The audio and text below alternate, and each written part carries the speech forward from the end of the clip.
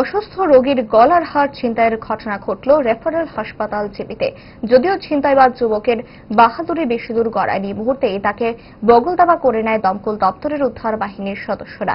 পরে তাকে তুলে দেওয়া হয় পুলিশের হাতে। জানা গেছে, একটি দুর্ঘটনায় আহত এক যুবককে উদ্ধার করে জিবি হাসপাতালে নিয়ে আসে দমকলের উদ্ধার বাহিনী। আহত যুবকের সঙ্গে দমকলের গাড়ি চেপে আসে ওই ছিনতাইবাজ যুবক। হাসপাতালে আসার পর আহত যুবককে নিয়ে যখন চিকিৎসার তাগিদ করছিলেন দমকল কর্মীরা, ঠিক তখনই সুযোগ বুঝে আহত যুবকের গলায় থাকা সোনার চেইন ছিনিয়ে নেয় ধৃত ছিনতাইবাজ যুবক। ঘটনা নজরে চলে আসে এক দমকল কর্মীর। হাতে নাতে ধরা পড়ে যায় ছিনতাইবাজ যুবক। উদ্ধার করা হয় ছিনিয়ে নেওয়া সোনার চেইন। হাসপাতালে ঠিক কি ঘটেছিল, কি জানিয়েছেন দমকল কর্মী, দেখুন। আমরা একটা যুবককে আটক করেছি সেই কারণে যে রুগীটাকে আনার সময় সে আমাদের সঙ্গে গাড়িতে উঠে, সে আমাদের সঙ্গে আসে।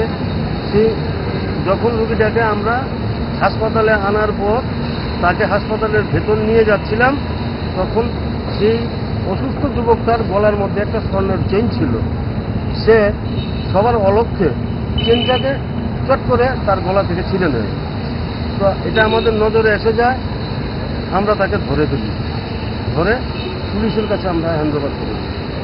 যে যুবকটার নামটাম কিন্তু জানা গেছে, সেই যুবকটার নামটাম আমরা জানি না। আমরা তাকে পুলিশের কাছে হ্যান্ডওভার করে দিয়েছি এবং রুগীর কাছে যা যা পাওয়া গেছে, স্বর্ণের চেইন তার থেকে উদ্ধার করে, ওই যুবক বখাটের যুবকের কাছ থেকে উদ্ধার করে স্বর্ণের চেইনটা এবং রুগীর কাছ থেকে তার মোবাইল এবং পার্স উদ্ধার করে আমরা পুলিশের কাছে দিয়ে দিই এবং আমরা আমাদের অফিস মোবাইলে যা যা দিয়েছি তা ফটো তুলে নিয়েছি।